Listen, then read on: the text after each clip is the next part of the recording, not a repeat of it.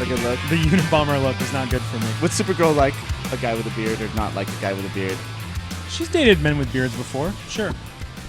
She's more of a clean-shaven person, I think. But, yeah, I think so, but too. she's definitely dated people with beards. In this day and age, everybody has had a beard or has a beard at some point, right?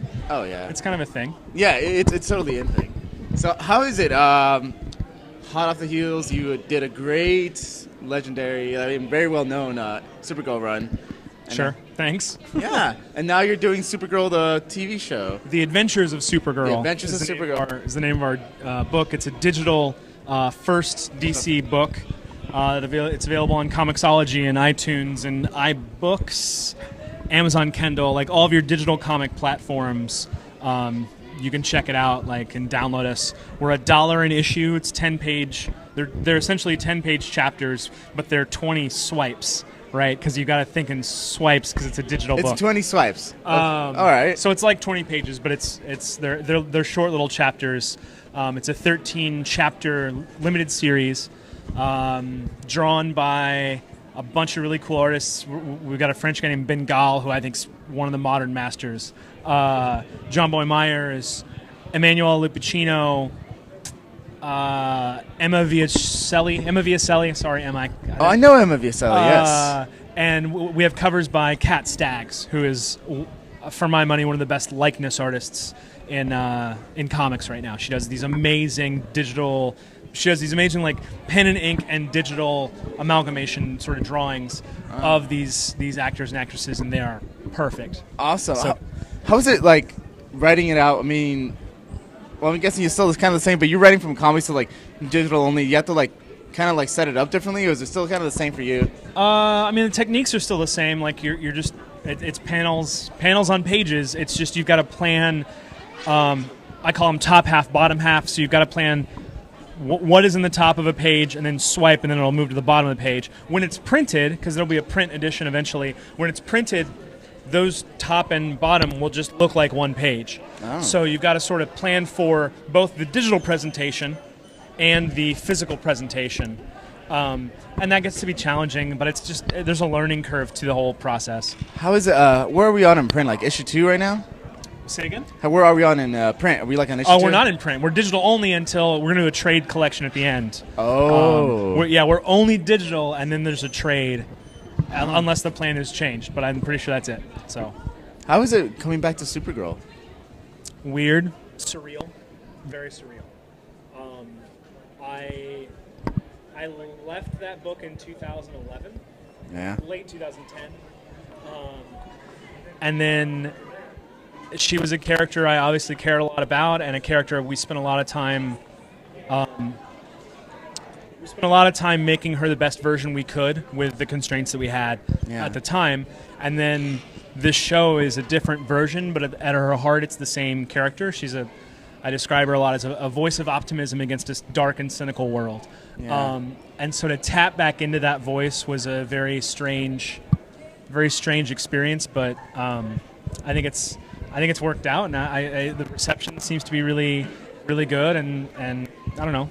It's been fun. It's been it's been strange to be writing in that voice again. But it's a voice I welcome, and it's a voice, her optimism is infectious. Yes. And so when you write that character, and it makes you want to be optimistic about the world and about things that are happening, even though the world is an extremely dark and cynical place. It's one of the things that I love most about that character is she is unwavering. If Superman's the Man of Steel, she can be the girl of emotional steel because she is unwavering in her positivity. Even though things go wrong, she can find the good in things. And that's a character that speaks a lot to me, and it's a rare character in today's landscape, media landscape. Yeah, I think everybody goes the darkest sometimes. But the good thing about the show is there's this great dichotomy where she is optimism, her adoptive sister Alex, is pessimism. And the two of them clash a lot, and they find themselves at odds a lot. Because they both want the same thing, but they have vastly different approaches at coming into that each scenario. So it makes for a really nice relationship, and it's a fun relationship to write. I think Alex Danvers is one of the most important things that the show has added to the Supergirl mythos. Is giving her that relationship to bounce off of at every turn. It was a really smart decision on the showmakers' parts, Greg Berlanti and Ali Adler and Andrew Kreisberg. You've been loving the show, huh? Oh, it's great.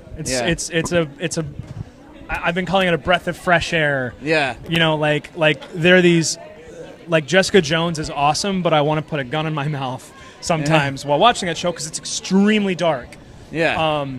And Supergirl, like I watch it and I come out feeling really positive about the world. You know, yes, she struggles, but like at the end of the day, it's a show about optimism. And there aren't a lot of shows that do that now. No, not. But which, not to say Jessica Jones is bad. Jessica Jones is masterful. Yeah. It's such a dark show. It's a place called Hell's Kitchen. I know. Yeah, it's so dark. Like an episode ends, and I'm like, that was a dark hour of my life. Yeah. But it's great. It's such a well-made show. Yeah. I love it. It's the complete opposite in terms of tone, in terms of those characters. Yeah, but Supergirl, I think she's always kind of really been very positive and bright. And I think it's like... there have been some dark patches. Yeah, don't get me wrong, but for me, it's like, it has always really worked. Like, you could give her, like, a dark thing, but, like, really, I think she should always kind of be bright. Like, how do you... And I think you really enjoy seeing her, like, being very optimistic, and I think that's something that really makes the character her. Yeah, I mean, I think it's what makes the concept sort of sing. Like, she's a character who... You know, like you can throw a lot at her, but she's gonna, you know, she's gonna come out on top, and it's just such a positive tone. Yeah. In a very, in a very dark world that we live in. Like we live in a very cynical age. We live in a very ironic age where people like they get enjoyment out of the irony of it, whereas I get enjoyment out of sincerity. Like when something is extremely sincere. I love that stuff, and I'm drawn to that. I like writing sincerity because it to me it just feels like there are so few and far between properties that are few and far between sincere and positive. I was gonna ask you personally. I love Supergirl now. I love the Supergirl in Smallville, the movie. There was the cartoon versions. Sure. What was your personal favorite Supergirl? Like growing up or now? Like from all time for you. Well, when I was a kid, it was Helen Slater in that movie, and it's not an amazing movie by any means. But Helen Slater was so good as that character, like you couldn't help but just love that movie because it's so good, or because she's so good. Excuse me. Yeah.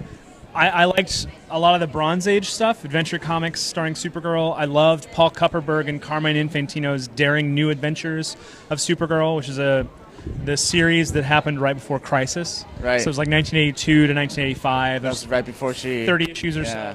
And they canceled that, and the next time we saw Supergirl was her scenes in Crisis on Infinite Earths, a big DC crossover. If you haven't read Crisis on Infinite Earths, it's got one of the best / hardest Supergirl stories to read because it's all about... her arc in that book is all about doing the right thing in the face of overwhelming odds. Yeah. And then she does the right thing, and unfortunately she ends up being, spoiler alert, for a 30-year-old story, she ends up being killed for doing the right thing. With Anti-Monitor. And for protecting her family by the Anti-Monitor, exactly. Yeah. But she goes toe-to-toe with the Anti-Monitor. Yeah. And it helps show how powerful she is. Like... You know, I don't often, really I see, characters that's usually cheap or just, maybe sometimes, a publicity stunt, or I feel like sometimes they kill off women characters in, really not the greatest way. But if ever there was a female character death that I really liked, it was that one because she went out fighting. She went out, doing everything she could it meant something. Yeah. To save the universe is. Yes, it's a meaningful character death, and it means something to her. The reason she loses that fight is because she's trying to save Superman. Yeah. She pauses fighting. There's Anti-Monitor says, you turn during battle? That will be your mistake. And then she gets blasted or whatever. Yeah. The reason she loses against one of the most powerful villains in the DC universe is because she's stopping Superman to save him while fighting. And I think it's a great character moment. Unfortunately, that moment becomes the thing people know about Supergirl. Yeah. Is she died in Crisis. That's all people Superman tend to know. Her. Yeah, that's famous. It's a famous image, a famous cover. And as a result, that became how people always came to that character is, Supergirl, she died, what a loser, or whatever.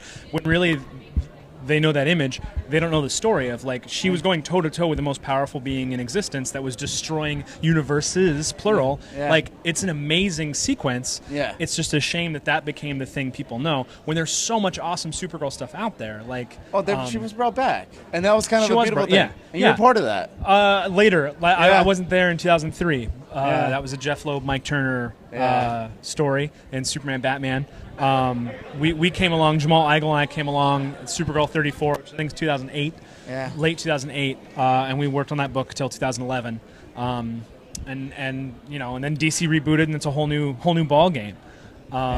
So, but no, I'm always happy to talk about that work. Like some of those books are some of my favorite things I've ever written. It's weird. It's surreal to watch the show, and like every Monday there's a Supergirl show, and that's never happened before in history. So yeah, I think it's gonna keep going for a good while, and then Flash is gonna be in it. Yeah. Flash guest stars soon. I don't know when this will go up, but like this.